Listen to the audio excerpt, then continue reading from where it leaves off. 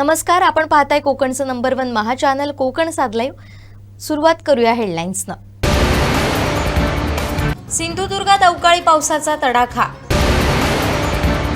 नवनिर्वाचित आमदार प्रमोद जठारांचं जंकी स्वागत आणि मल्टी स्पेशालिटी हॉस्पिटलचा मार्ग मोकळा।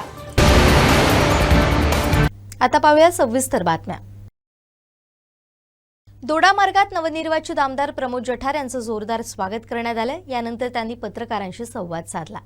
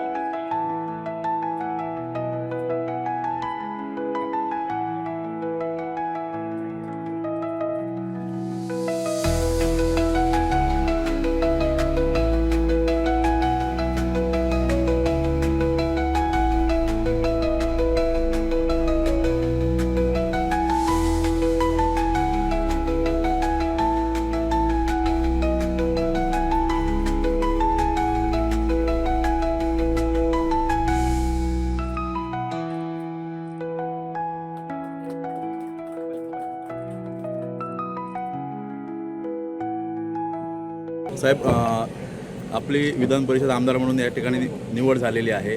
दोडामार्गमध्ये अनेक समस्या आहेत, यामध्ये मुख्यत्वे आरोग्य ही सगळ्यात मोठी समस्या आहे। अजूनही उठसूट बांबोळी गाव आहे ते जावं लागतं। तर याविषयी माझ्या भाषणामध्ये तेच सांगितलं। आधी पहिलं मी आज प्रवासाची सुरुवातच दोडामार्गातनं केलेली आहे।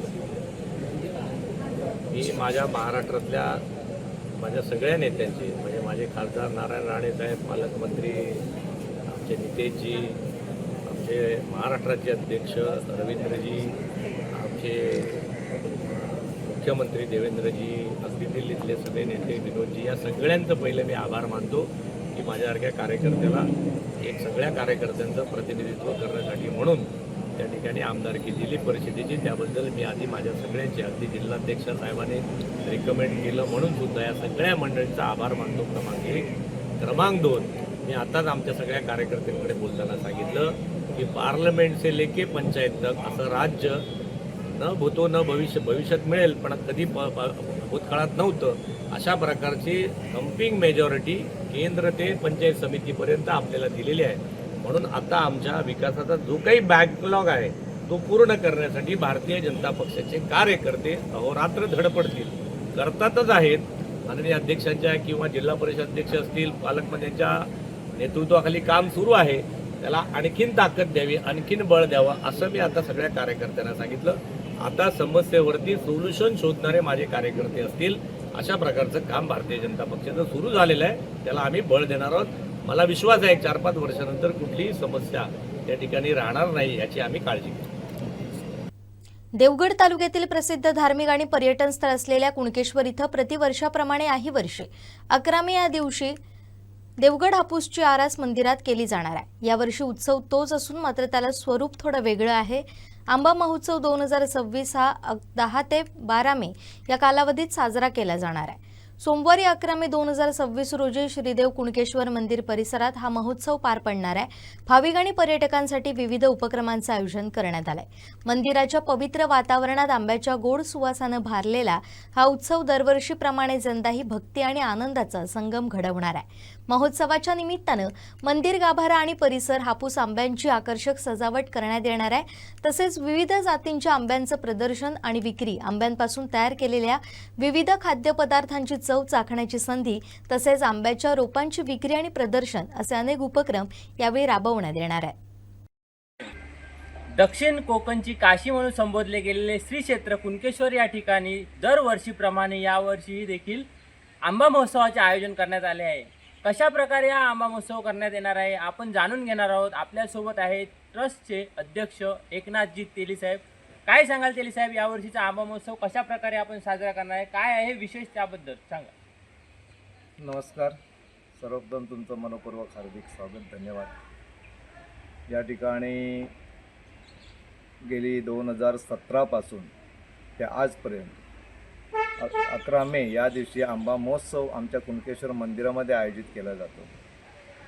आणि त्या आयोजित करण्यामागचा उद्देश एकच असतो की इथले जे आंबा बागायतदार, जो देवगड हापूस जो आंबा आहे आणि इथले जे बागायतदार आहेत, जो ओरिजिनल देवगड म्हणतात, तो देवगड हापूस आंबा आपले इथले बागायतदार आमच्या कुणकेश्वरच्या चरणी एक सेवा म्हणून त्या ठिकाणी आरास करण्यासाठी प्रत्येक आमचे ग्रामस्थ किंवा सगळे बागायतदार देत असतात. तर त्या दृष्टिकोनातून यावेळेला आम्ही एक वेगळं स्वरूप त्याला देण्याचा आम्ही प्रयत्न केलेला आहे. देवस्थान ट्रस्ट म्हणा किंवा ग्रामस्थ सर्वांनीच, सेवा मंडळ मुंबई म्हणा, चांगल्या प्रकारे त्याला एक स्वरूप देण्याचं. ते स्वरूप असं की दरवर्षी काय होतं की आम्ही सगळे जे आमचे बागायतदार जे आम्हाला आंबा देतात, सगळे देवाच्या चरणी सेवा करतात देऊन, तर हे आंबे आम्ही शिवपिंडीपासून ते बाहेर आमच्या सभा मंडपापर्यंत एक पूर्ण चांगली कलाकृती त्या ठिकाणी, जशी आपण रांगोळीवर चांगल्या प्रकारे कलाकृती काढतो त्या प्रकारे ते कलरमध्ये किंवा हिरवे किंवा असे सगळे आंबे त्यापर्यंत चांगल्या प्रकारे सुंदर नक्षीमध्ये दिसणार अशा प्रकारचं त्या ठिकाणी आरास केला जातो. आणि त्यासाठी आमच्या गावातलीच काही कलाकार आहेत, ते तिथं येऊन चांगल्या प्रकारे आपलं कला दाखवत असतात. तर हे आपण दरवर्षी करत होतो. ह्या वेळेला आम्ही एक वेगळी कल्पना अशी आणली आहे की त्या ठिकाणी भाविक भक्तगण येतात, पर्यटक येतात, बाहेरचे फॉरेनियर येतात. म्हणजे देवगड हापूस आंबा म्हणजे काय, त्याचं कलर, त्याचा चव, त्याचा स्वाद, म्हणजे जे काय त्याचे आज जगाच्या पलीकडे जो आज देवगड फळांचा राजा हापूस गेलेला आहे, तर त्याबद्दल आमच्या देवळातमध्ये आपण त्या संदर्भात चांगल्या प्रकारे या ठिकाणी नियोजन करावं आणि त्या दृष्टिकोन सर्वांना चांगल्या प्रकारे त्याचं प्रत्यय द्यावा. ह्या दृष्टिकोनातून ह्यावेळेला आम्ही त्या जे आंबे असतील किंवा आंब्याचे स्टॉल असतील किंवा आंब्यापासून जे काय पदार्थ बनवले जातात, बरेच पदार्थ बनवले जातात, बऱ्याच प्रकारे आंबा वडी असेल, आंबा साठा असेल किंवा त्याचे रस असतील, अशा बऱ्याच गोष्टी त्या ठिकाणी वेगवेगळ्या प्रकारच्या गोष्टी जेवणानंतर काही लोणचं असेल किंवा जेवणानंतर काही गोष्टी घ्यायच्या, जेवणावर काही गोष्टी घ्यायच्या, अशा काही गोष्टी असतील. मग अशा प्रकारच्या बऱ्याच गोष्टी त्या ठिकाणी प्रदर्शन लावण्यासाठी आम्ही काही व्यापाऱ्यांना किंवा त्या अशा काही जे बनवणारे आमचे ग्रामस्थ आहेत किंवा बाहेरील जे आहेत त्या सर्वांना आम्ही आवाहन केलं आहे आणि त्याप्रमाणे हे सर्व लोक त्या ठिकाणी स्टॉल लावून या ठिकाणी देवगड हापूसपासून जे अनेक प्रकार आहेत ते चांगले, प्रत्येक गोष्ट सुंदर, खाण्याला चविष्ट, हे सगळं त्या ठिकाणी आम्ही उपस्थित करून किंवा सगळ्यांना त्या ठिकाणी प्रदर्शन रूपात या ठिकाणी दाखवण्याचा यावेळेला आम्ही मनोदय केलेला आहे. नक्कीच या ठिकाणी आपण यावर्षीच्या तुलनेत पाहता की हापूस आंब्यांचे यावर्षी प्रमाण खूपच कमी प्रमाणात असल्यामुळे तुम्हाला कशा प्रकारे या ठिकाणी बागायतदारांचे सहकार्य करतील काय वाटतं? हो, तुमचं म्हणणं अगदी बरोबर आहे. यावेळेला 10% ते 15-20% आंबा आहे आणि यावेळेला बागायतदारसुद्धा हवालदिल झालेले आहेत. म्हणजे त्यांचा खर्च राहिला बाजूलाच, म्हणजे भयंकर त्याच्यामध्ये आमचा शेतकरी लॉस आहे. तर त्यासाठी तरी एवढंही असताना आमचे कुणकेश्वर जे आमच्या स्वयंवर जी श्रद्धा आहे, जे प्रेम, आपुलकी, आदर आहे, त्या ह्याच्यापोटी किती काही झालं तरी आमचे आंबा बागायतदार सर्व त्या ठिकाणी कुणकेश्वर चरणी एक प्रसाद म्हणून किंवा कुणकेश्वर चरणी एक सेवा या गोष्टीचा विचार करता किती जरी काही झालं तरी आमचा आंबा बागायत तर त्या ठिकाणी माझ्या बागेत पिकलेले आंबे किंवा माझ्या घरातला हक्काचा आंबा त्या ठिकाणी कुणकेश्वरच्या मंदिरामध्ये जावा आणि त्या माझ्या आंब्याची आरास व्हावी आणि तो आरास होऊन चांगल्या प्रकारे तिथं येणारा पर्यटक, भाविक भक्तगण त्याला बघितल्यानंतर एक वेगळा समाधान, आनंद, भक्तिमय वातावरण, ह्या गोष्टी ज्या आहेत त्यासाठी आमचा शेतकरी कितीही काही झालं जरी, म्हणजे आता एखादी गोष्ट ऋण काढून किंवा कर्ज काढून त्या पद्धतीत इकडे तिकडे कुठल्याही याच्यात काही असू देत, पण कुठना ते आंबे उपस्थित करणार किंवा आणून देणार आणि या ठिकाणी आमचा आंबा महोत्सव म्हणजे आमच्या कुणकेश्वर देवाचा आंबा महोत्सव चांगल्या प्रकारे पार पाडण्यासाठी आम्हाला सर्वजण चांगल्या प्रकारे सहकार्य करणार आहेत. आणि त्या दृष्टीने उद्याचा 10, 11, 12 जो काय महोत्सव मे 2026 जो होणार आहे तो भरगच्च आणि चांगल्या प्रकारे होणार आहे ही आम्हाला खात्री आहे. सिंधुदुर्ग धर्मप्रांत 2005 साली उदयास आला. या धर्मप्रांतातील सावंतवाडी मिलाग्रीस महामंदिराचं नूतनीकरण गेल्या 5 वर्षांपासून सुरू करून आजच्या घडीला पूर्णत्वास आलाय. या स्थापना झालेल्या ऐतिहासिक आणि पहिल्या पुनर्रचित मिलाग्रीस कॅथेड्रलचा भव्य उद्घाटन आणि आशीर्वाद सोहळा शनिवारी 9 मे रोजी संपन्न होणार आहे. या सोहळ्यासाठी ख्रिस्ती धर्मीय जगतातील अनेक उच्चपदस्थ कर्डिनल्स, बिशप, धर्मगुरू आणि मान्यवर उपस्थित राहणार आहेत. या ऐतिहासिक क्षण 5000 भाविकांच्या उपस्थितीत साजरा होणार असल्याची माहिती सावंतवाडी कॅथेड्रलचे प्रमुख धर्मगुरू फादर मिलेट यांनी आयोजित पत्रकार परिषदेत दिली. First and foremost, we are very thankful to God for the gift of this cathedral. As the fathers have said, it's a fruit of immense and very hard work. For almost, as Father Millet has said, 5 years, and they have really toiled hard together with the people. So we are thankful to God for blessing us with the gift of this new cathedral, and we look forward that we can relate with all so that God blesses not only our community but everyone. So through this church we all be blessed. Thank you and God bless you. त्याची स्थापना 1652 साली झाली. म्हणजे almost मला वाटतं 365 वर्ष होऊन गेली. आणि हे चर्च गोव्याच्या अंडर होतं अगोदर आणि 1961 सालापर्यंत गोव्याच्या अंडर होतं. आणि गोव्याचे सगळे धर्मगुरू येऊन इथे जे आपल्या ख्रिस्ती बांधवांना जे प्रार्थना द्या, संस्कार द्या वगैरे सगळं काम ते करायचं.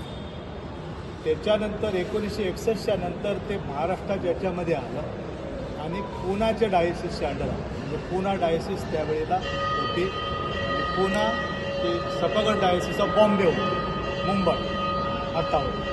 त्याच्यानंतर 2005 सालामध्ये ही डायसिस सपरेट झाली पुण्यापासून. त्याच्यामध्ये 3 जिल्हे आले, सिंधुदुर्ग, रत्नागिरी आणि कोल्हापूर, 3 जिल्हे. या 3 जिल्ह्याचे एक धर्मप्रांत झाला आणि तो धर्मप्रांताचा प्रथम बिशप, ज्याला आपण म्हणतो बिशप महागुरू, त्यांचं नाव बिशप ऑल्विन बरेट, पहिलं त्यांना मान भेटला बिशप होण्याचं. ते चालू झालं 2005 ते ऑलमोस्ट आत्तापर्यंत हे सिंधुदुर्ग धर्मप्रांत झालं. आणि हल्ली आत्ता नवीन आमचे धर्मगुरू झालेले आपले महाधर्मगुरू, आताच फादर फेलिक्सांनी तुम्हाला त्यांची माहिती दिली. त्यांचं अग्नेलो पिनेरो, त्यांचं तारीख आपल्याला सांगितलेलं आहे, त्याच्यामध्ये सगळं दिलेलं आहे. 16 एप्रिल 2024 असं हे थोडक्यात माहिती. हे चर्च पूर्वीपासून आम्हाला बांधायचं होतं, परंतु थोडं लिटिगेशन प्रॉब्लेम होते. सगळे सॉल्व्ह करून आम्ही परमिशन घेऊन मंत्रालयामध्ये सगळं पूर्ण केलं आणि गेले 2 वर्ष परमिशन घेण्यासाठीच गेली आणि आता हे माझं 5वं वर्ष, 3 वर्ष हे बांधण्यासाठी गेलं. ऑलमोस्ट 5 वर्ष लागली आहे इमारत बांधण्यासाठी आणि ते पूर्ण करून आता त्याचं फळ खाण्याचं आपल्याला काय म्हणतो ती वेळ आलेली आहे आणि ते त्याचं इनॉग्रेशन म्हणजे उद्घाटन सोहळा एकदम ऐतिहासिक होणार आणि तो म्हणजे एकदम धबाईदार, जसं फादर लोकांनी सांगितलं तसं सगळ्या महाराष्ट्र, गोवा, कर्नाटका सगळे लोक आपले येणार आहेत आणि चांगल्या पद्धतीने तो होईल आणि एक स्मरणात राहणारा असा हा अवकाळ राहणार आहे. हे चर्च बांधण्यासाठी आपल्या लोकांनी पुष्कळ प्रयत्न केले. सावंतवाडी म्हणा, मुंबई म्हणा, पुणे म्हणा, पण लोकल लोकांनी जास्त सहभाग घेतला. हे निधी एकत्र करण्यासाठी पण त्यांनी जास्त सहकार्य केलं. काहीतरी स्ट्रॅटेजी केली पाहिजे, तशा पद्धतीने आम्ही स्ट्रॅटेजी केली की बाबा देवासाठी मी काहीतरी दिलं पाहिजे, एक पगार द्यायचं असं ठरलं आणि प्रत्येकाने तसं केलं. स्टेप बाय स्टेप सगळ्यांनी दिलं आणि पूर्ण इतकी वास्तू उभी राहण्याचं इतकं सोपं कार्य नव्हतं. ज्यावेळेला मी घेतलं त्यावेळी माझ्या हातामध्ये फक्त 32 लाख होते आणि हे आता 12 ते 15 करोडापर्यंत बजेट पोचलेलं आहे. हे पूर्ण झालं. हे देवाची सगळी योजना होती, व्हायचं होतं, तो वेळ होता आणि त्यावेळीप्रमाणे ते झालं आणि आता त्याचं सोहळा होणार आहे. परवानगी मिळण्यासाठी जे सिंहाचा वाटा म्हणतात तो आमचे त्यावेळीचे आमदार आणि आता पण आहेत दीपकभाई केसरकर यांचा सिंहाचा वाटा होता. खालीपासून ते वरतीपर्यंत त्यांनी आम्हाला सहकार्य केलं आणि त्यांच्या या सहकार्याने आम्हाला परमिशन भेटलं, पूर्ण परमिशन. ते एक पॉईंट माझा राहिला होता. सावंतवाडी विधानसभा मतदारसंघातील आरोग्यविषयक विविध प्रश्नांबाबत आरोग्य भवन मुंबई इथं आरोग्यमंत्री प्रकाश बावटकर यांच्या अध्यक्षतेखाली महत्त्वपूर्ण बैठक पार पडली. ही बैठक माजी मंत्री आमदार दीपक केसरकर यांच्या मागणीनुसार आयोजित करण्यात आली होती. बैठकीत सावंतवाडी इथं प्रस्तावित मल्टीस्पेशालिटी हॉस्पिटल, उपजिल्हा रुग्णालयातील समस्या, रिक्त पदं, महात्मा फुले आरोग्यदायी योजना तसेच आयुष आणि पंचकर्म केंद्रांबाबत सविस्तर चर्चा करण्यात आली. मल्टी स्पेशालिटीचं खरं तर निधी मंजूर होता, टेंडर सुद्धा झालेलं होतं, एजन्सी फायनल झाली होती, परंतु आणि त्याच्यामध्ये राजघराण्याला त्या जागेपैकी काही जागा देण्याचा सुद्धा कॅबिनेटचा निर्णय मी करून घेतला. परंतु शासनाशी करार करत असताना तो कुठल्या त्याच्यामध्ये काय वाक्य असावे हे एका छोट्याशा प्रश्नावरून जवळजवळ 7 वर्ष हे काम रखडलेलं होतं. आता आम्ही त्याच्यावर मार्ग असा काढला की याच्यामध्ये जे अस्तित्वातलं हॉस्पिटल आहे ते काढून त्या जागी मल्टी स्पेशालिटी करायची आणि जे अस्तित्वातले 50 बेड आहेत ते आमचं जे नंतर झालेलं रुग्णालय आहे त्या रुग्णालयाच्या 2ऱ्या आणि 3ऱ्या मजल्यावर हे बेड आणि तिथलं ऑपरेशन थिएटर वगैरे घ्यायचं आणि असं केलं तर निश्चितपणे चांगली जागासुद्धा होऊ शकेल आणि हा प्रश्न सुटू शकेल. परंतु आमची हॉस्पिटलचं काम सुरू करायला कुठली हरकत नाही हे ॲफिडेव्हिटसुद्धा त्यांनी कोर्टाला देणं आवश्यक होतं आणि त्या दृष्टीने चांगली चर्चा झाली आणि राजघराण्याचे जे 2 सदस्य आहेत ते उपस्थित होते, लखमराजे उपस्थित होते, कुमार भोगले साहेब उपस्थित होते आणि दोघांनी आपण ताबडतोब ॲफिडेव्हिट करून कोर्टाला सादर करतो असं त्या ठिकाणी आश्वासित केलेलं आहे. आणि त्याच्याचबरोबर या निमित्ताने डॉक्टरशी असलेली टंचाई ही आरोग्यमंत्र्यांच्या निदर्शनाला आणून घेतली. स्वतः ती टंचाई बघितल्यानंतर आरोग्यमंत्र्यांनी सुद्धा ताबडतोब सांगितलं की इलाज झाला पाहिजे आणि ताबडतोब डॉक्टर्स दिले पाहिजेत. त्याच्यापैकी ते भूलतच नाही, त्याचं त्यांनी लगेच 1 दिवसात ऑर्डर काढायला सांगितलेली आहे. कदाचित येत्या 1-2 दिवसामध्ये ती ऑर्डर येईल आणि उरलेले जे डॉक्टर्स आहेत ते आपल्याला प्राधान्याने देण्याच्या संदर्भात म्हणजे सावंतवाडी मतदारसंघामधल्या हॉस्पिटल्सना आणि जिल्ह्यातल्या हॉस्पिटल्सना सुद्धा देण्याचे त्यांनी आदेश दिलेले आहेत आणि त्याच्यामुळे लवकरात लवकर हा प्रश्न मार्गी लागेल अशी माझी मला खात्री आहे. डॉक्टर हाच मुख्य प्रश्न होता. त्याच्या व्यतिरिक्त तिथं आरोग्य सभापती होते, त्यांनी आयुष्याच्या संदर्भात काही मुद्दे मांडलेले होते, ते सुद्धा त्यांनी मान्य केले. पंचकर्माचं जी केंद्र आहे ती आंबोली, आचरा आणि रेडी 3 ठिकाणी करण्याचं त्यांनी मागणी केलेली होती, ती सुद्धा मंत्री महोदयांनी मान्य केलेली. आणि त्याच्याचबरोबर ज्या PHC आपल्याकडे जी लोकसंख्या असते त्याच्या अनुषंगाने किती PHC वाढू शकतात ते सुद्धा बघण्याचे त्यांनी आदेश दिलेले आहेत. आणि दुसरी अत्यंत महत्त्वाची बाब अशी आहे की मी मंत्री असताना गोवा आणि बेळगाव दोन्ही ठिकाणी महात्मा फुले खाली हॉस्पिटल ची मान्यता घेतलेली होती, परंतु सध्या हे दोन्ही ठिकाणची मान्यता रद्द झालेली होती, तर ती सुद्धा ताबडतोब सुरू करण्याच्या संदर्भात मी त्यांच्याकडे मागणी केली आणि ती सुद्धा त्यांनी मान्य केली आहे. कणकवली शहरात दिवसेंदिवस वाढत चाललेल्या वाहतूक कोंडींच्या समस्येमुळे नागरिकांना मोठ्या प्रमाणात त्रास सहन करावा लागतोय. पटवर्धन चौक ते कणकवली पोलीस ठाणे या रस्त्यावर नेहमीच वाहतूक कोंडी होते. तसेच पटवर्धन चौक ते बसस्थानक पर्यंत दोन्ही बाजूला रस्त्याचं होत असलेलं वाहन पार्किंग आणि हातगाड्यांवर होणारी फळ भाजी विक्री यामुळे वाहनांची वारंवार वाहतूक कोंडी निर्माण होत असल्यानं सर्वसामान्य नागरिकांना मनस्ताप होतोय.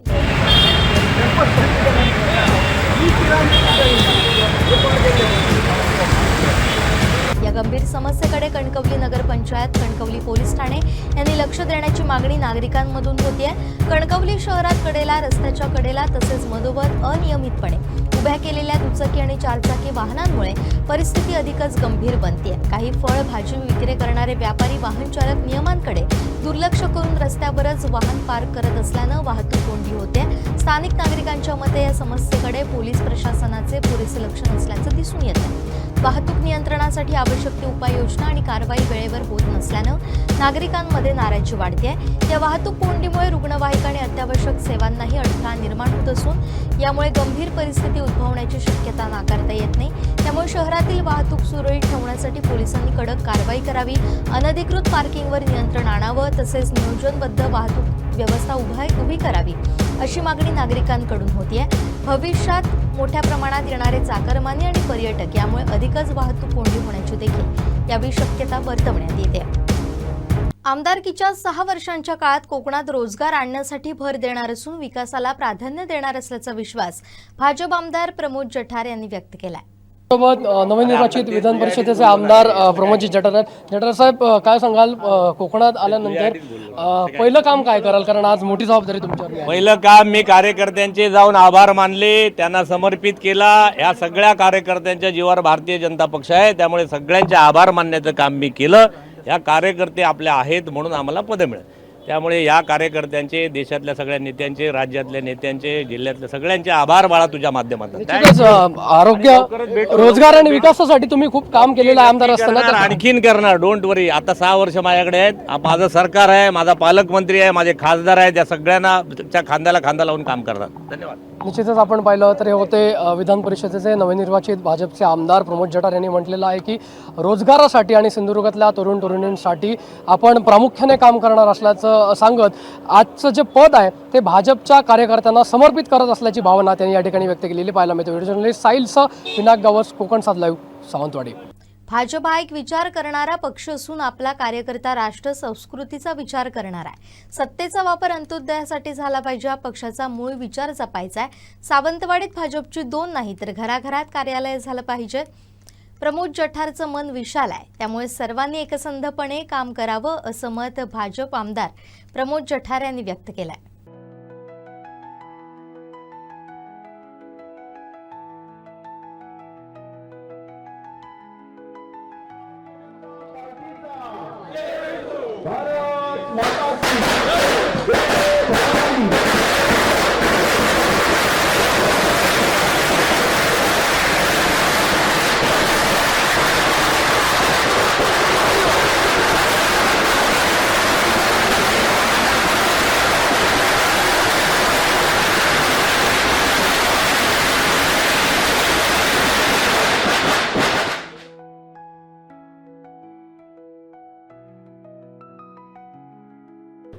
भारतीय जनता पार्टीचा, भारतीय जनता पार्टीचा खूप खूप धन्यवाद. आलेल्या सर्व आमच्या भारतीय जनता पार्टी आणि सन्माननीय जठार साहेबांवरती प्रेम करणारे सर्वच मंडळींना मी धन्यवाद देतो. सर्वांसाठी जोरदार टाळ्या होऊ द्या.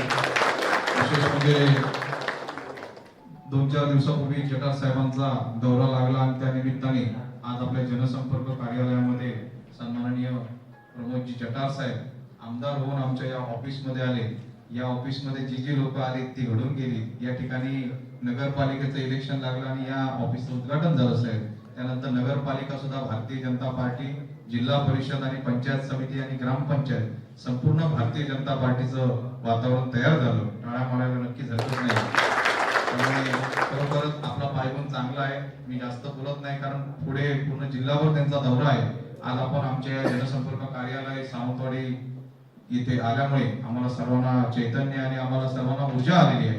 मी पुन्हा एकदा सन्माननीय आमदार जठार साहेब यांचं शुभेच्छा आणि मनापासून धन्यवाद देतो. या ठिकाणी आमची सर्वांची एकच इच्छा आहे की सावंतवाडी विधानसभेमध्ये सन्माननीय जठार साहेब जिथे जिथे अडचण असेल त्या ठिकाणी आपण आपला थोडाफार का असेना निधी आमच्या मंडळींना द्यावा, एवढीच आमची विनंती या सर्व मंडळींसमोर मी करतोय. माझं भाषण आवर्त घेतोय. जय जय महाराज.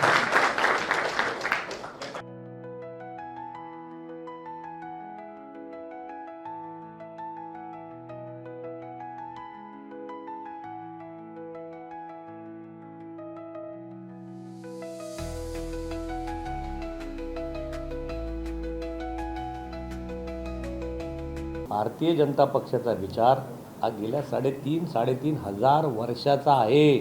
समजून घ्या. ही कुठल्याही पदाला, ही कुठल्याही व्यवस्थेमध्ये आपण पुढे असावं म्हणून मारामारी नाही. ही राष्ट्र जे आपलं हिंदुस्थान आहे, भारत आहे, हे राष्ट्र टिकवण्याची लढाई आहे. म्हणून गेले 100 वर्ष, विशाल नेमकं मी जे सांगतो तुझ्यासाठी तेच ऐकलंच नाही तर अडचणीत येऊ परत आपण.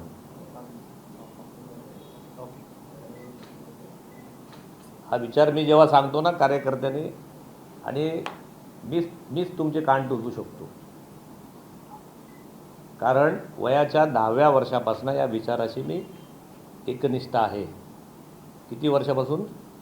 वयाच्या 10व्या. मी संघाचा कार्यवाह होतो. मी अयोध्येतल्या संग्रामात होतो. मी जम्मू काश्मीरच्या 370च्या संग्रामात होतो. मी ज्या दिवशी 6 डिसेंबरला ढाचा पडला 92ला तेव्हा ढाच्यावर होतो. तरीही मी कधी मला पद मिळावं, मला आमदारकी मिळावी, मी आधी सिनियरिटी आहे, मीच पहिला नाही. आम्ही सगळे इदम न ममावाले आहोत. पथिक का अंतिम लक्ष्य नहीं है सिंहासन चढ़ना, सब समाज को लिए साथ में आगे है बढ़ते जाना. अटल बिहारी वाजपेयी. बाळांनो, हा विचार समजून घ्या. विचार समजला ना तर जसं तुमचं ऑफिस विशाल आहे तुझ्या नावाप्रमाणे, तशी तुमची हृदय सुद्धा विशाल होतील. पुंडलिक वरदे. म्हणून भारतीय जनता पक्ष हा विचार आहे बाळानो. हा कार्यालयापुरता सीमित ठेवू नका, पदापुरता सीमित ठेवू नका. 100 वर्षाने पश्चिम बंगालमध्ये काल बघितला आपण विजय झाला. मागच्या निवडणुकीमध्ये मी 2 महिने ज्या मध्यम ग्राममध्ये काल जे खून झाला आपल्या कार्यकर्त्याचा पीएचा, त्या मध्यम ग्राममध्ये मी 2 महिने होतो. आमचे हे जे गेलेत ना, काय नाव, सतीश दोन गेले जवळ, तेव्हापासून त्या इलेक्शनपासून आजपर्यंत तिथेच आहे. 200 250 उगाच नाही सीट आल्या. आज तिथल्या बाउंड्री सील झाल्या. राष्ट्राच्या रक्षणाचं काम करतात आपले लोक. देशाच्या सीमा सुरक्षित असतील तर तुमचा सावंतवाडी सुरक्षित राहील. Am I right or wrong? म्हणून भारतीय जनता पक्षाचा विचार लक्षात घ्या, ही परंपरा लक्षात घ्या. मग तुम्ही कनेक्ट व्हाल. 3,500 वर्षापूर्वी मोहेंजोदडो, हडप्पा, सिंधू संस्कृती, तिथून कनेक्ट आहात. प्रभू रामचंद्र, भगवान कृष्ण, छत्रपती शिवाजी महाराज. या पदांसाठी लढाई नाही आहेत, या कार्यालयांसाठी लढाई नाही आहेत बाळानो. मला आता एकाने तिथे पत्रकारांनी प्रश्न विचारला, असतील तुमच्यामध्ये, हो सावंतवाडीत 2-2 कार्यालय कशी? मी म्हटलं अरे 2च आहे. मी तर म्हणतो 100 व्हायला पाहिजे. पुंडलिक वरदे. नवीन जुन्यांचा समन्वय करून आम्ही भाजपचा झेंडा हाती घेतलाय. 100% भाजप हे आमचं ध्येय असून आमच्यात गट नाही, भाजप हाच आमचा गट आहे, असं प्रतिपादन आमदार प्रमोद जठार यांनी केलंय.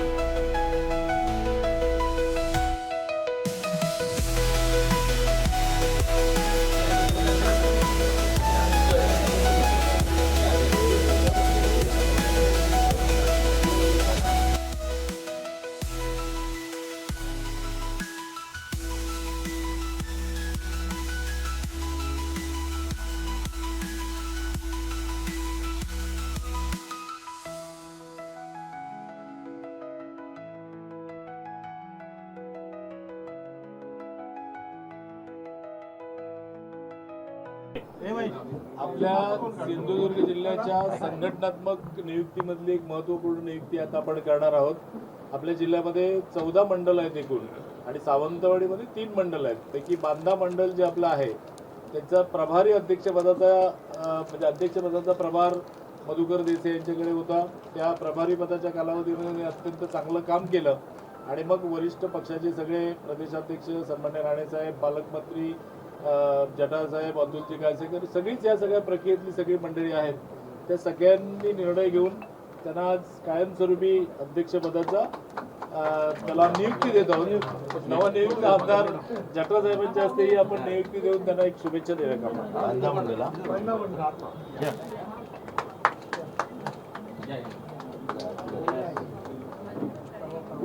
खूप खूप शुभेच्छा.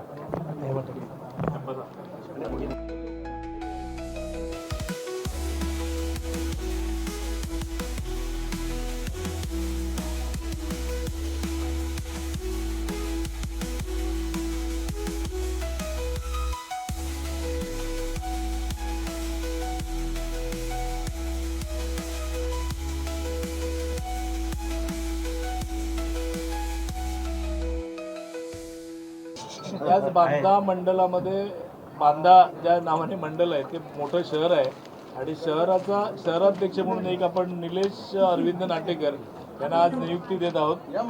तेही एक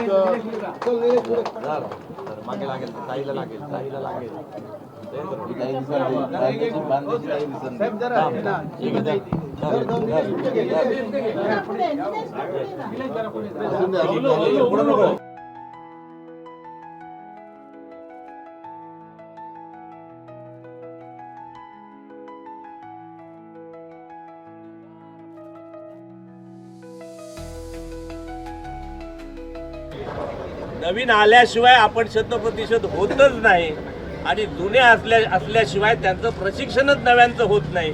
त्यामुळे नवीन जुन्यांचा समन्वय करणं आणि त्याला हे पुढे घेऊन जाणं, बाळानो, हेच भारतीय जनता असतील तसे घ्या, हवे तसे घडवा, अशा ह्या सगळ्या गोष्टी आहेत. त्यामुळे सगळ्या जनता जनार्दनांना वेलकम आहे. तुम्ही कुठल्याही माध्यमातून भारतीय जनता पक्षाचा विचार झेंडा खांद्यावर घेऊ शकता. ज्या दिवशी तुम्ही घेता त्या दिवशी तुम्ही नुसतं भारतीय जनता पक्ष नाही तर या सनातन धर्म, आपला विचार, परिवार ह्याच्या 3500 वर्षाशी कनेक्ट होता. तुम्ही काल जरी भारतीय जनता पक्षामध्ये आलात महेशजी, तरी तुम्ही 3500 वर्षापूर्वीच्या आपल्या संस्कृतीशी कनेक्ट झालेले आहात. बरोबर आहे. त्यामुळे काल आला उजवा परवा नाही, जो आला जो रमला त्याने झेंडा खांद्यावर घेतला, तो आपल्या सगळ्या ह्या संस्कृतीचा पाईक झाला. पुंडलिक वरदे. त्याला धरून असं की आज सावंतवाडीत आलात, आपले 2 ठिकाणी असे स्वागत समारंभ होणार, तो हा तुम्ही सांगताय तो परिपाकी काय, कसं वाटतंय तुम्हाला? अरे आमचा पक्ष वाढतोय बाळा. माझ्या वाटेत लोक थांबले स्वागत करायला. ह्याचा अर्थ काय, आम्ही वाढतोय बाळा. नाही, 2 ठिकाणी होणार असं म्हटलं मी. 10 ठिकाणी झालं पाहिजे. गैर काय 2 गट आहेत. अरे आमचे गट बीट काय नाही, आमचा एकच गट, आमचा एकच गट भारतीय जनता पक्ष. आमचा गट नाही. म्हणून मी तुम्हाला सांगितलं असतील तसे या, आम्हाला अभिमन्य हवे तसेच आम्ही घडवणार. दुसरं साहेब ना, तुम्ही आरोग्यावर बोललात. पण सावंतवाड एकाच ठिकाणी अशी मॉब तयार करणार का तुम्ही? मला असं नाही नाही, आता मी वेंगुर्ला चाललोय, कुडाळात आहे, सगळीकडे चाललोय. नाही सावंतवाडी आम्ही माझं तर म्हणणं घराघरात स्वागत झालं पाहिजे भारतीय जनता पक्षाच्या आमदाराचं. गणपती बाप्पा. दुसरं तुम्ही आरोग्यावर बोललात, रोजगारावर बोलला नाही. तुम्ही एकेकाळी रोज निर्माण तुमच्या मतदारसंघात आमदार असताना, म्हणजे आता आपलं काय ध्येय? कुडाळमधील पावशीवासियांच्या सुरक्षेचा प्रश्न अखेर मार्गी लागलाय. मुंबई गोवा महामार्गावरील पावशी येथील सर्व्हिस रोडवर अखेर दुभाजक बसवण्यात आलेत. आमदार निलेश राणे यांनी आमसभेत दिलेल्या रोखठोक आदेशाची ही फलश्रुती मानली जाते. मुंबई गोवा महामार्गाचं काम पूर्णत्वास जात असताना पावशी येथील सर्व्हिस रोडला दुभाजक नसल्यानं स्थानिक नागरिक त्रस्त होते. या ठिकाणी वाहनांची अनियंत्रित ये-जा सुरू असल्यानं अपघाताचा मोठा धोका निर्माण झाला होता. हाच प्रश्न घेऊन पावशी येथील ग्रामस्थांनी कुडाळ येथील आमसभेत आपली गाऱ्हाणी मांडली होती. जनतेची ही समस्या ऐकताच आमदार निलेश राणेंनी आक्रमक पवित्रा घेतला. त्यांनी उपस्थित महामार्ग अधिकारी आणि ठेकेदाराला तात्काळ तिथं दुभाजक बसवण्याचे आदेश दिले. जनतेच्या सुरक्षेशी खेळू नका, हे काम तातडीनं व्हायला पाहिजे, अशा शब्दात त्यांनी प्रशासनाला सुनावलं. आमदारांच्या या आदेशाला प्रशासनानंही तितकीच गती दिली. महामार्ग ठेकेदारानं युद्ध पातळीवर काम करत पावशी येथील सर्व्हिस रोडवर दुभाजक बसवले. या तत्परतेमुळे आता या भागातील वाहतूक सुरक्षित झाली असून अपघाताची भीती कमी झाली आहे. कुडाळ येथे पार पडलेल्या आमसभेमध्ये आमदार निलेश राणेंकडे पावशीच्या ग्रामस्थांनी तक्रार नोंदवली होती की पावशीच्या महामार्गाला सर्व्हिस रोड आहे, त्या सर्व्हिस रोडला दुभाजक नाही आणि दुभाजक नसल्यामुळे सर्व्हिस रोडला येणाऱ्या गाड्या वेगाने महामार्गावरून तशाच जात आहेत. त्यांची ही तक्रार नोंद घेत आमदारांनी तात्काळ दखल घेऊन त्या प्रशासनाला तसेच महामार्गाच्या ठेकेदाराला याची दखल घेत काम करण्यास सांगितले होते.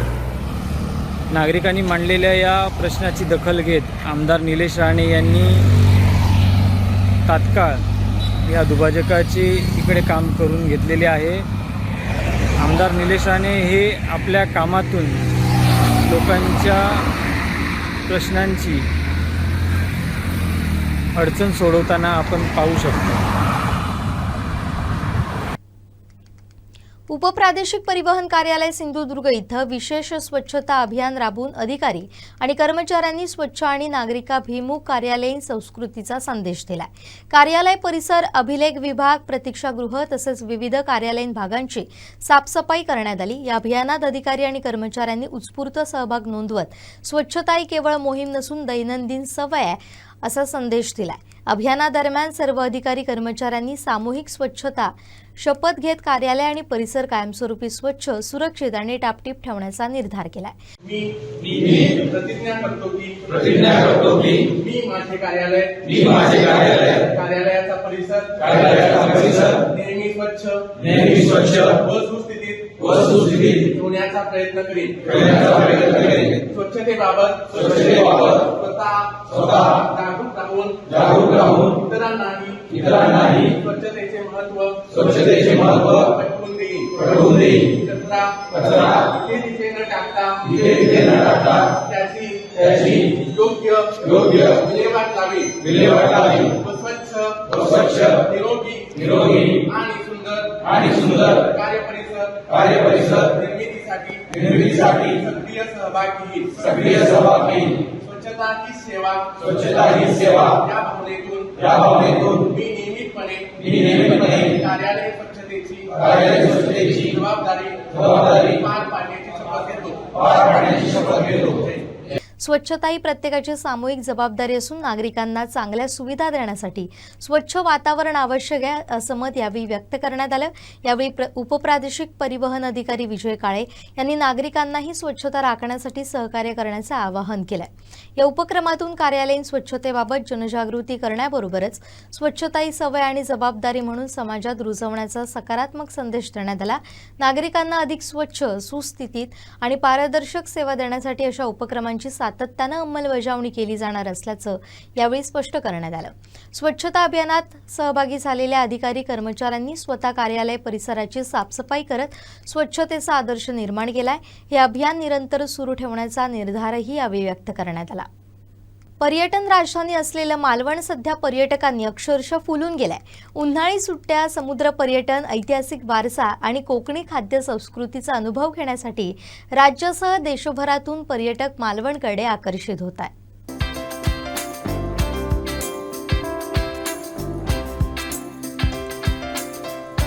मालवणचा पर्यटन हंगाम तेजीत सुरू आहे. सिंधुदुर्ग किल्ला, राजकोट किल्ला, रॉक गार्डन तसेच समुद्र किनाऱ्यांवरील वॉटर स्पोर्ट्सला पर्यटकांची मोठी पसंती मिळते.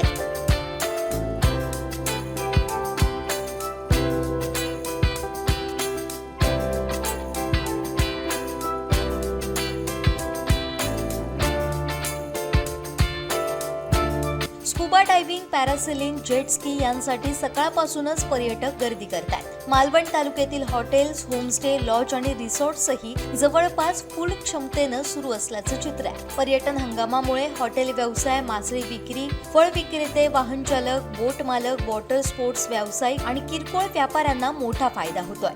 स्थानिक बाजारपेठेत ग्राहकांची वर्दळ वाढल्यानं व्यापाऱ्यांमध्ये उत्साहाचं वातावरण आहे. अनेक युवकांना पर्यटन व्यवसायातून रोजगार उपलब्ध होत असल्यानं मालवणच्या अर्थव्यवस्थेला पर्यटनाचा मोठा आधार मिळतोय. वाढत्या पर्यटनासोबत शहरातील वाहतूक व्यवस्थेचे 3 तेरा वाजले. मालवण शहरातील मुख्य रस्ते अरुंद असल्यानं वारंवार वाहतूक कोंडीचा सामना देखील करावा लागतोय. विशेषतः बाजारपेठ, जेटी परिसर, समुद्र किनारे आणि पर्यटन स्थळांकडे जाणाऱ्या मार्गांवर सतत वाहतूक कोंडी होते.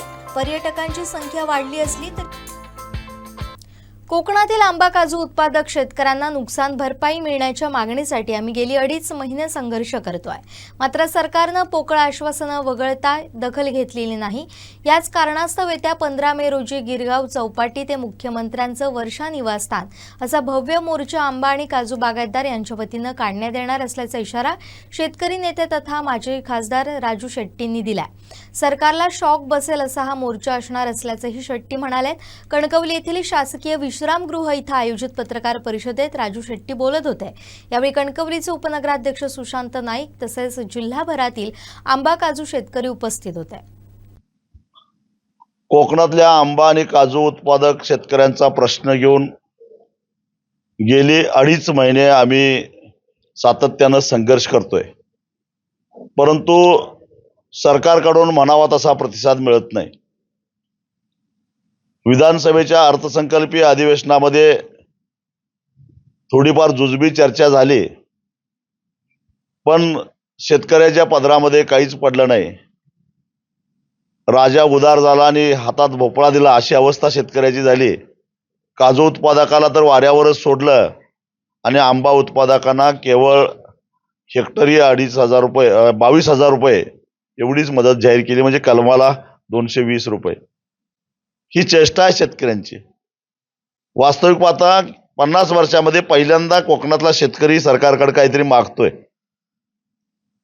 सरकारनं मुक्त हस्ते शेतकऱ्याला काहीतरी द्यायला पाहिजे होतं. कारण आता सरकारनं जे काही निकष नियम लावलेत त्याचा विचार केला तर कोकणातल्या या 5 जिल्ह्यामध्ये मिळून केवळ 70 ते 75 कोटी एवढीच मदत मिळणार आहे. बघता बघता सरकारनं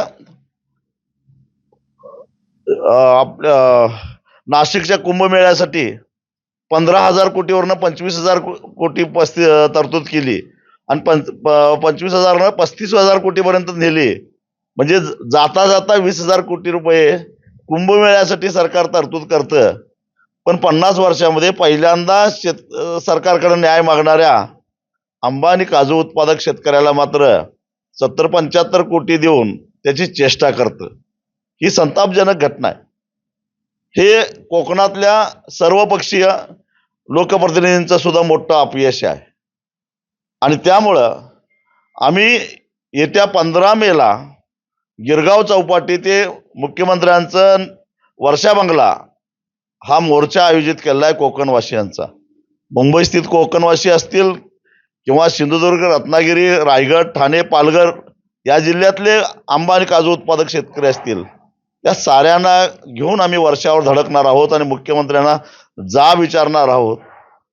कोकणच्या शेतकऱ्याला तुम्ही समजताय काय, गृहीत धरताय काय, आणि आम्हाला जर काय न्याय मिळाला नाही तर परिणाम चांगले होणार नाहीत, हा इशारा देण्यासाठी म्हणून हा मोर्चा वर्षा बंगल्यावर जाणार आहे. हा मोर्चा दुपारी 3 वाजेपर्यंत गिरगाव चौपाटीवर एकत्रित यायचं आणि 3 वाजता आम्ही वर्षाच्या दिशेनं जाणार आहोत. यावर्षी ज्यावेळेला नुकसान भरपाई सरकारने जाहीर केली त्यानंतर सिंधुदुर्गाचे पालकमंत्री आणि रत्नागिरीचे पालकमंत्री त्यावेळेला मुख्यमंत्र्यांनी त्यांची भेट घेतली होती आणि भेटीमध्ये सुद्धा जो एका कलमाला काही 220 रुपयाच्या प्रमाणे 220 रुपये कुठून जी मदत आहे त्या संदर्भात मुख्यमंत्र्यांनी लक्ष वेधलं होतं आणि लवकरच ही भूमिका लवकरच जो निर्णय आहे तो जाहीर केला जाईल. लवकर म्हणजे कधी कधी भूमिका जाहीर करणार आहे? काय मुहूर्त सापडत नसेल तर एखाद्या भटजीला जाऊन आम्ही विचारू का? कधी देणार आहात? एक तर 220 रुपये तर आम्हाला मान्य नाहीच. आमची मागणी आहे हेक्टरी 5 लाख रुपये, म्हणजे कलमाला 5,000 रुपये ही मागणी आहे. तुम्ही देताय 220 रुपये. काजूला तर तुम्ही वाऱ्यावरच सोडलेला आहे. काय अवस्था आहे आज काजू उत्पादकांची? आणि अशा पद्धतीनं जर शेतकऱ्यांना तुम्ही वाऱ्यावर सोडणार असाल तर शेतकरी आता गप्प बसणार नाही. तुम्ही या आंदोलनासाठी उद्धव ठाकरे असतील किंवा राज ठाकरे यांची बैठक केल्या, त्यामुळे आंदोलनाची दिशा व्यापक होणार का? हो, निश्चितच व्यापक होणार आहे. कारण केवळ राजकीय पक्षांनीच नव्हे तर अनेक सामाजिक संघटनांनी सुद्धा या आंदोलनाला पाठिंबा दिलेला आहे. जन आंदोलनाच्या जी कमिटी आहे त्यांनी पाठिंबा दिला आहे. मुंबई मराठी भाषा संशोधन अभ्यास केंद्रानं पाठिंबा दिला आहे. अशा अनेक सामाजिक संघटना आहेत. मुंबई स्थित जेवढे पण कोकणवासी आहेत त्या सगळ्यांनी पाठिंबा दिला आहे. आमच्या बैठका चालू आहेत. मी स्वतः सिंधुदुर्ग, ठाणे, रत्नागिरी या सगळ्या जिल्ह्यामध्ये जाऊन बैठका मेळावे घेतले आहेत. त्यामुळे मोर्चाची तयारी आमची जोरदार झालेली आहे. मोठ्या प्रमाणात यशस्वी होईल, किती लोक येतील? मोर्चाला किती लोक येणार आहेत हे मी आज सांगत नाही, पण सरकारला शॉक बसेल असा मोर्चा होणार एवढं नक्की सांगतो. सहकार निबंधक सहकारी संस्थेचे सहकार आयुक्त यांच्यामार्फत GR काढण्यात आलाय. त्यात बँका, पतसंस्थांसाठी काम करणाऱ्या पिग्मी एजंटांना फक्त 2.5% कमिशन देण्यात यावं असं म्हटलंय.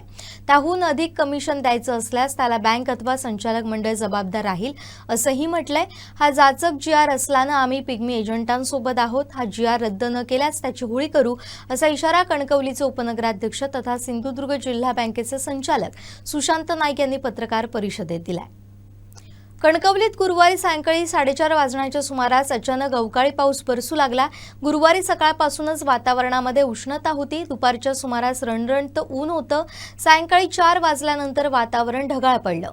वातावरणात अंधार जाणवू लागल्यानंतर अवघ्या काही काळातच अवकाळी पावसाला सुरुवात झाली. पावसाचा जोर सद्यस्थितीत इतका आहे की रस्त्यावरून पाणी देखील वाहू लागलाय. परिणामी कणकवली शहरात व्यापारी वर्गासह सर्वांचीच त्रेधा तिरपड उडाली.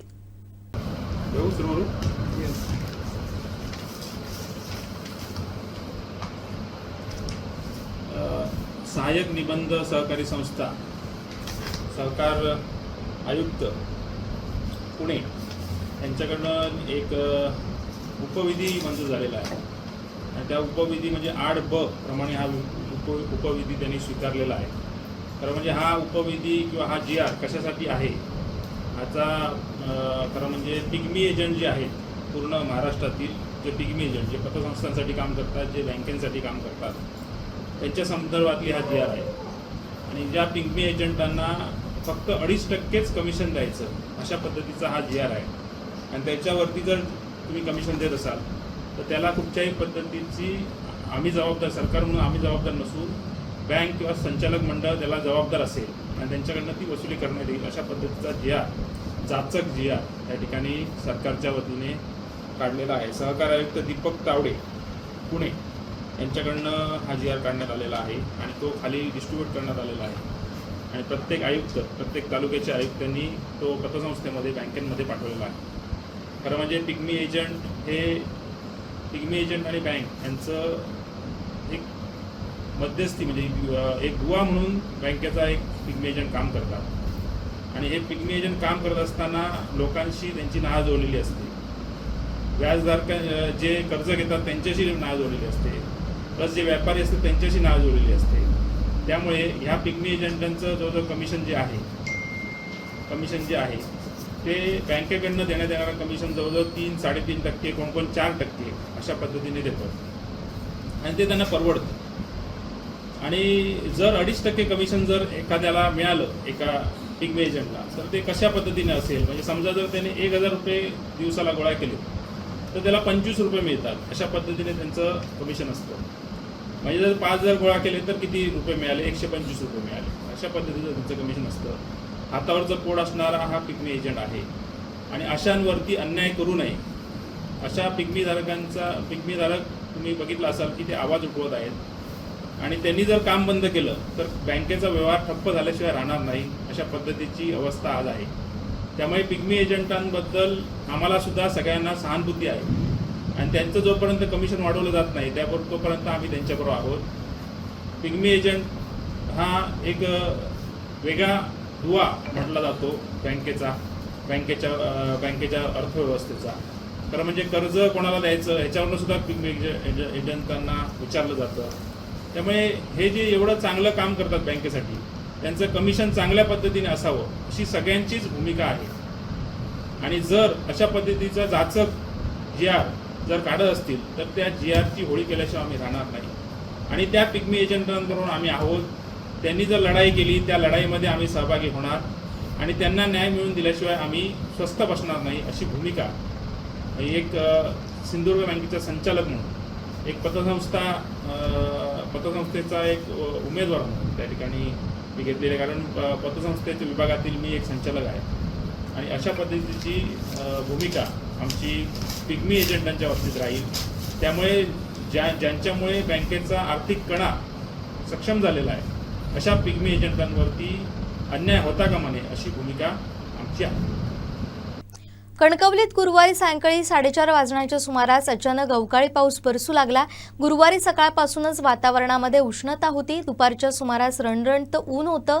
सायंकाळी 4 वाजल्यानंतर वातावरण ढगाळ पडलं. वातावरणात अंधार जाणवू लागल्यानंतर अवघ्या काही काळातच अवकाळी पावसाला सुरुवात झाली. पावसाचा जोर सद्यस्थितीत इतका आहे की रस्त्यावरून पाणी देखील वाहू लागलाय. परिणामी कणकवली शहरात व्यापारी वर्गासह सर्वांचीच त्रेधा तिरपड उडाली.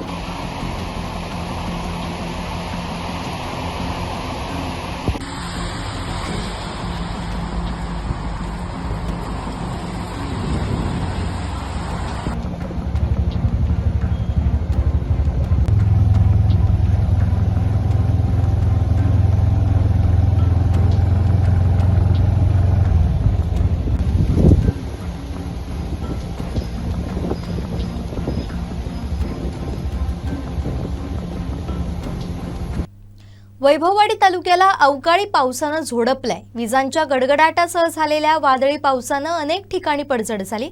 सायंकाळी उशिरापर्यंत पावसाची संततधार सुरूच होती.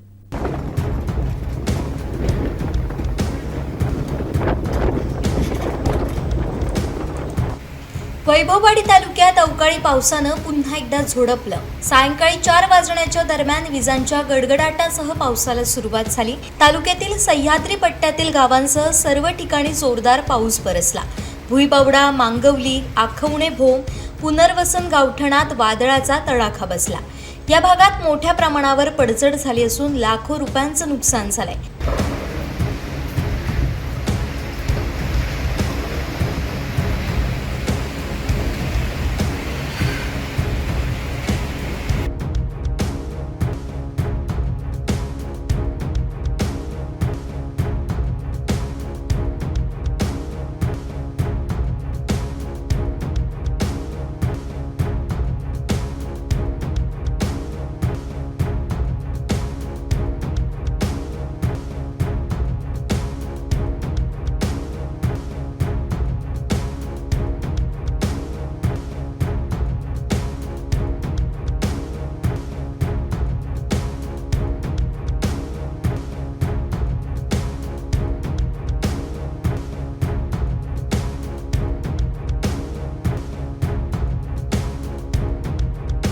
मांगवली येथील नंदकुमार राणे यांच्या गोठ्यावर झाड पडलं तर नादवडे येथील रवींद्र खांडेकर यांच्या घरावर झाड कोसळून मोठं नुकसान झालंय। तसेच आखवणे भोग पुनर्वसन गावठाणातील बाळकृष्ण गोविंद नागप, विलास लक्ष्मण नागप, रामचंद्र यशवंत नागप, आकाराम यशवंत नागप, प्रकाश तुकाराम पडवळ, रविकांत दत्ताराम नागप यांच्या घराचं छप्पर कोसळलंय। त्याचबरोबर या भागातील वीज खांब कोसळल्यानं वीज पुरवठा खंडित झालाय। या वादळाचा तडाखा अनेक ठिकाणी बसलाय। तळेरे कोल्हापूर राष्ट्रीय महामार्गावर कोकीसरे रेल्वे फाटक इथं वडाचं झाड रस्त्यावर कोसळल्यानं महामार्गावरील वाहतूक काही काळ विस्कळीत झाली होती। तसेच एडगाव इथं रस्त्यावर झाड पडल्यानं वैभववाडी उंबर्डे वाहतूक ठप्प झाली होती। स्थानिक ग्रामस्थ आणि वाहन चालकांनी दोन्ही ठिकाणची झाडं बाजूला करून वाहतूक सुरळीत केली। सायंकाळी उशिरापर्यंत पावसाची संततधार सुरू होती, त्यामुळे पाऊस आणि वादळामुळे झालेल्या नुकसानीचा आकडा वाढण्याची शक्यता अधिक आहे।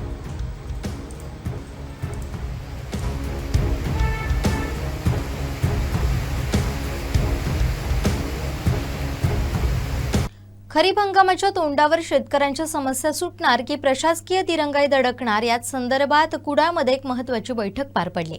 या बैठकीत एक वेगळंच चित्र पाहायला मिळालं।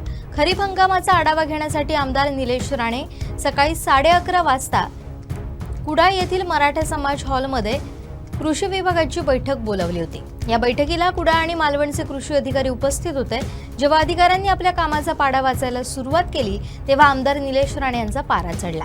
कामं केवळ कागदावर नको तर शेतकऱ्यांच्या शेतात जाऊन करा, अशा शब्दात आमदार निलेश राणे यांनी अधिकाऱ्यांना चांगलंच फैलावर घेतलं। इतर जिल्ह्यात जर शेतकऱ्यांना भरघोस नुकसान भरपाई मिळते तर आपल्या भागातील शेतकरी त्यापासून वंचित का, असा थेट सवाल त्यांनी उपस्थित केलाय। केवळ ऑफिसमध्ये बसून अहवाल बनवू नका तर प्रत्यक्ष बांधावर जाऊन पंचनामे करा आणि जास्तीत जास्त शेतकऱ्यांची नोंदणी करा, अशा सक्त सूचना त्यांनी यावेळी दिल्या। शेतकऱ्यांच्या हक्कासाठी अधिकारी जर गांभीर्यानं काम करत नसतील तर ते खपवून घेतलं जाणार नाही, असा इशाराही त्यांनी दिलाय। माझं विधिमंडळाचं कामकाज बघतो त्याला पण मी तेच सांगितलं की ह्या येणाऱ्या जून महिन्यामध्ये जेव्हा आता अधिवेशन सुरू होईल 2 आठवड्याचं, त्याच्यामध्ये प्रामुख्याने आपण फक्त कृषीचेच विषय घ्यायचे। कारण का सिंधुदुर्गातून असेल किंवा कोकणातून असेल, कृषी या विषयावर जास्त कोण प्रश्न उत्तराला बसत नाही, जास्त कोण त्याच्यामध्ये लक्ष देत नाही। म्हणून माझा प्रयत्न असा आहे की आमदार या नात्याने मंत्रिमंडळाचं किंवा मंत्री महोदयांचं, पालकमंत्र्यांचं, मुख्यमंत्र्यांचं, उपमुख्यमंत्र्यांचं लक्ष वेधून करावं की आमचा सिंधुदुर्ग जिल्हा आणि कृषी प्रधान आहे। आम्ही काय कुठे अशा यादीमध्ये आमचा समावेश व्हावा असं मागत नाही। जसं मी दौंड तालुक्याच्या एकदा दौऱ्यावर गेलो होतो, बाजूला बारामती आहे, एका बाजूला अकलूज आहे, हे सगळे तालुके आजूबाजूला आहे आणि सगळीकडे हिरवगार होतं सगळं शेत। मी असंच सहज विचारलं, कारण का 2 दिवसात त्याच्यापूर्वी दौऱ्याच्या पूर्वी मी एक बातमी वाचली होती की मध्यम दुष्काळ तालुक्यांमध्ये हे सगळे तालुके होते आणि योगायोगाने मी त्या तालुक्यांमध्ये दौरा होता माझा। मी विचारलं जर एवढं सगळं हिरवगार आहे तर मग मध्यम दुष्काळ कुठून आला? साहेब जाऊ दे ना, आता आहे ते चालू राहते, जे आहे ते चालू राहते, पण त्याच्यामध्ये कोकण कुठे आहे? माझ्यासारख्या मानवामध्ये ती शंका आली की जर चालूच आहे ना तर माझ्या कोकणात का नाही? आणि तो प्रयत्न मी मॅडम आपल्यालाही सांगतो, तहसीलदार आहेत त्यांनाही सांगतो, मी तसा कोणाच्या विषयामध्ये जात नसतो, पण कोकण विषय आला, सिंधुदुर्ग विषय आला तो माझ्यासारखा प्रकल्प मांडू शकत नाही एवढं मी टोकाचं बोलतो। मी बघत नाही मग सभागृह कुठं आहे, मी टोकाचं बोलत असतो। म्हणून सगळ्या अधिकाऱ्यांना माझ्या सूचना आहेत की इथून पुढे तयारी करून येत असताना इथे आमदार बदललेला एवढं तुम्हाला काळजी घेऊन बोलावं लागेल। इथे विषय तुम्हाला जेवढे कळतात त्यापेक्षा आम्हाला कळतात याची जाणीव तुम्हाला असली पाहिजे आणि सगळ्या विषयांची उत्तर ही चोख आणि खरी असली पाहिजे। जसं मी सांगितलं, पंचनाम्याचे आदेश राज्य सरकार देईल किंवा महसूल खातं देईल, ह्याच्यासाठी तुम्हाला वाट बघायची गरज नाही। नुकसान झालेलं आहे, तुम्हाला जागेवर स्पॉटवर जायचं असतं, तेवढं तुम्हाला करावंच लागेल। आणि हे सगळे कृषीचे पैसे आणि सगळे नवीन प्रस्ताव आपल्याला मॅडम नवीन प्रस्ताव तयार करा, जिल्ह्यात काय चाललंय आणि महाराष्ट्रात तहसीलदार साहेब, मी माझ्या जिल्ह्याची तुलना वेगवेगळ्या जिल्ह्याची करतो, तेव्हा मला कळतो की फरक कुठे आहे. तुम्ही बाजूच्या गावाची स्पर्धा कराल, बाजूच्या विषयाची भाषांनी स्पर्धा होणार नाही, तुम्हाला विषय कळणार नाही. कोल्हापूर, आता सर्वात बघा कोल्हापूरमध्ये काय चाललंय. जर कोल्हापूरचे आकडे जर मी आता ह्या आकड्यांची मॅच करायला गेलो तर अजून अडचण निर्माण होईल.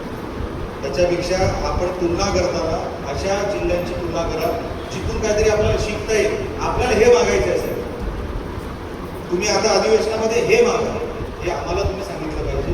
म्हणून तुम्हाला सांगतो, अधिकाऱ्यांना आपण सगळ्यांनी सूचना द्या. मॅडम, आपण स्वतः पण फील्डवर गेले पाहिजे. नुसतं फोटो पुरतं नाही, फोटो 2-3च आहे, पण आमची गावं ही शेकडोंमध्ये, तुम्हाला प्रत्येक गावामध्ये उतरून कृषी विभागाचं काम हाताळलं पाहिजे आणि तसंच तुमच्या सगळ्या सहकार्याने. एवढंच या निमित्ताने सांगतो. शेवटी ठळक घडामोडी पुन्हा एकदा. सिंधुदुर्गात अवकाळी पावसाचा तडाखा.